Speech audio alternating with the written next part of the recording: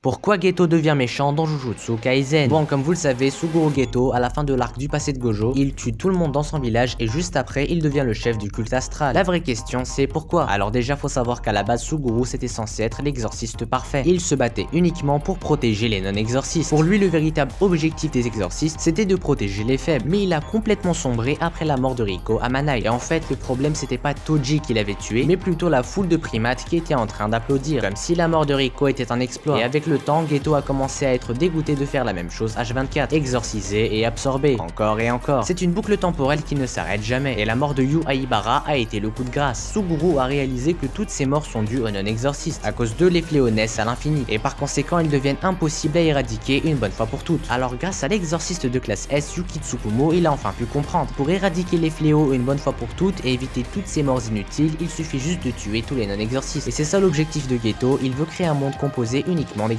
Et par conséquent un monde sans fléau. Maintenant, tu sais.